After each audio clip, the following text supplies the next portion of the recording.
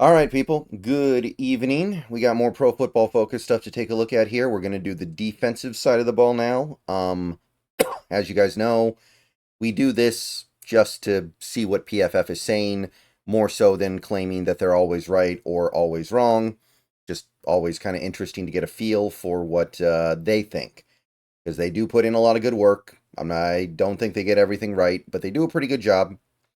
So let's take a look at the defensive grades here. We have one clear guy who was a stud, one clear stud from yesterday's game on defense, Jaron Reed, and that was consistent with what I saw. I thought he played very well, and so did Pro Football Focus. They gave him an 86 overall, including a 91.2 pass rush grade.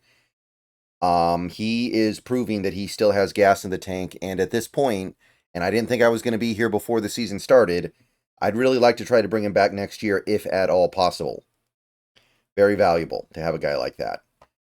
Um, Drop off from there, but you still have a lot of players graded fairly well. Devin Witherspoon graded out well.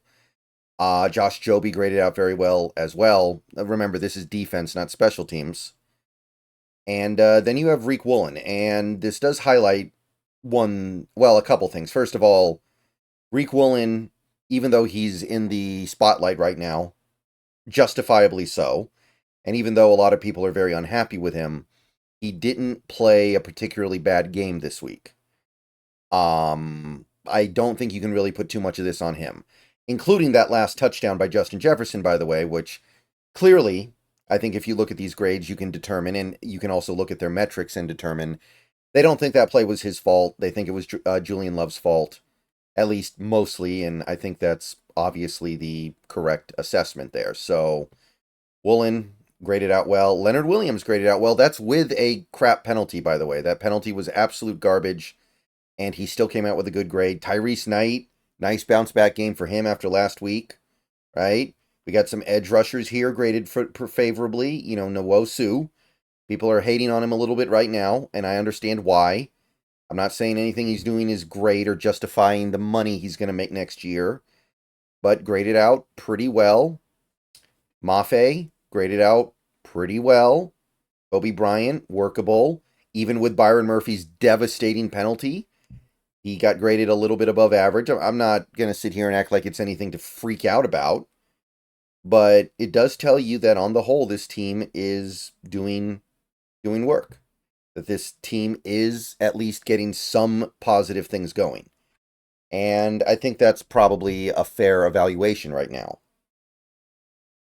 So that's kind of where you have your cutoff into the guys who didn't necessarily do their job. And unfortunately, the list is significantly long on that side as well. You've got, well, I'm not going to count AJ Finley. He played 3 plays, doesn't really mean anything. But Julian Love, he was having a good game, it looks like, until he gave up the game-winning touchdown. Hard to really justify giving up a game-winning touchdown, especially in that circumstance. Very obvious what he's supposed to do on that play, and he didn't do it. And a lot of good work that you put in throughout the game goes out the window. Draymond, more so low impact than he had a bad game. There isn't really much to say about the game that he had, other than that he was physically present. Trey Brown, to the surprise of no one, pretty bad. Derek Hall, his run defense, it's going the way of Darrell Taylor. And this kind of goes back to something that I said I think maybe it was last week or a couple weeks ago.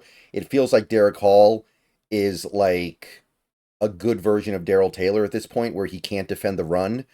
But Darrell Taylor became unplayable because of his inability to defend against the run. And Derek Hall is playable despite the weakness, but it's still a weakness, it seems like.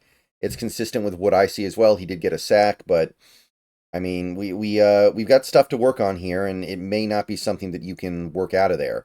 Roy Robertson Harris, it's 6 plays, but no impact. And I mean, he's not out there because he's not good at the end of the day.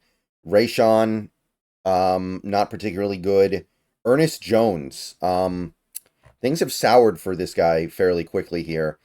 And there are a couple different reasons why. The tackling has not been good. He misses tackles. He is slow, and that does come back to bite him on some plays. I still think he's a good player. I still think PFF struggles to really understand the value of a linebacker. I think that PFF does a poor job of understanding what to look at when evaluating linebacker play. But it would be fair to say that there have been some weaknesses exploited in Ernest Jones's game in recent weeks. And pulling up the rear, as he has done more than once this year before, Jonathan Hankins, just not really much left in the tank. And what else can you say about it other than we need a new nose tackle next year? So not bad. It's like you've got some stuff here to be pretty happy with, and then you've got quite a bit of stuff that puts you a little more down. I will say this though. This team was inhumanly good at tackling on Sunday. We can take that to the bank. Leonard Williams missed one tackle. Ernest Jones missed one tackle. That was it. It's really a shame we tackled that well and still found a way to lose that game. But credit where credit is due. They tackled. Looking real quick at some of the sub-pages here. Run defense.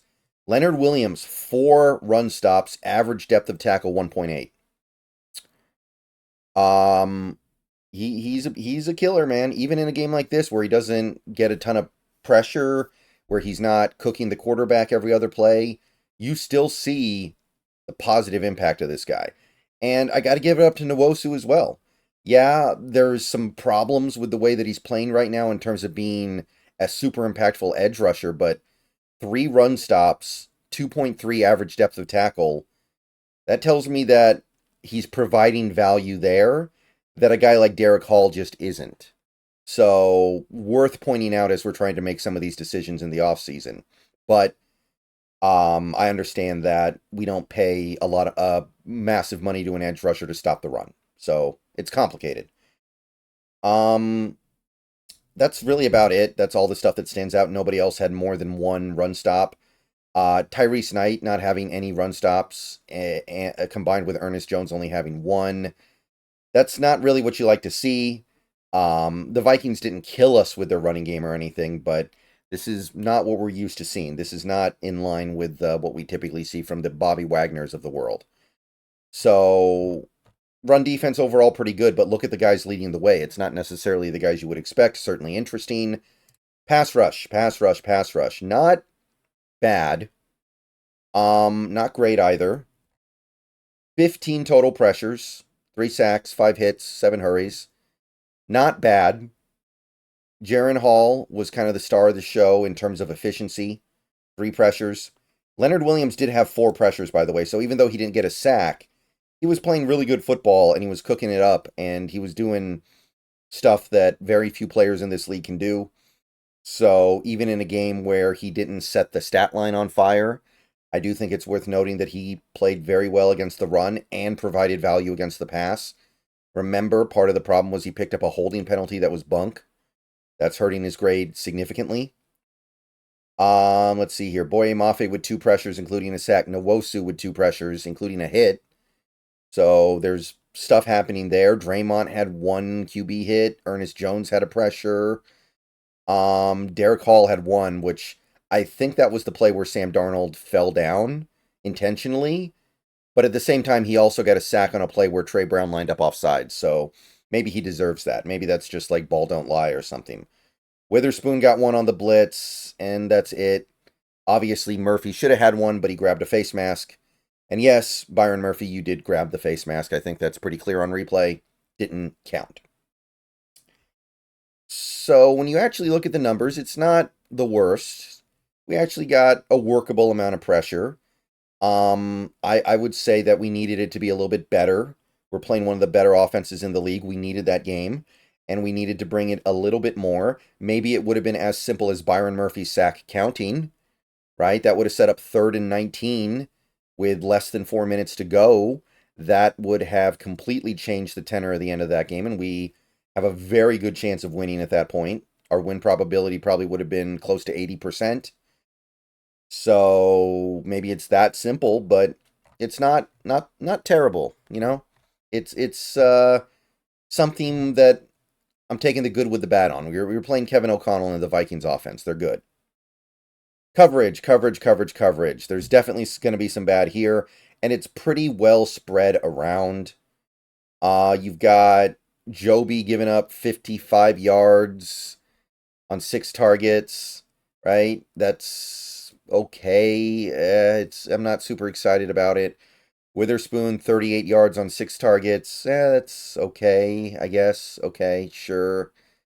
Trey Brown gives up the touchdown on his most crucial coverage snap of the game. The only coverage snap he got in this game after Woolen re-entered.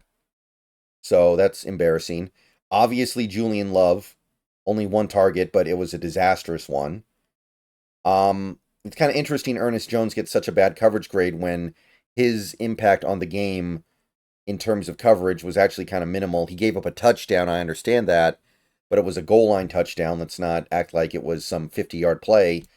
5 targets, 17 yards. I'm okay with that from a linebacker. And then you got Rayshon, 2 targets, 27 yards.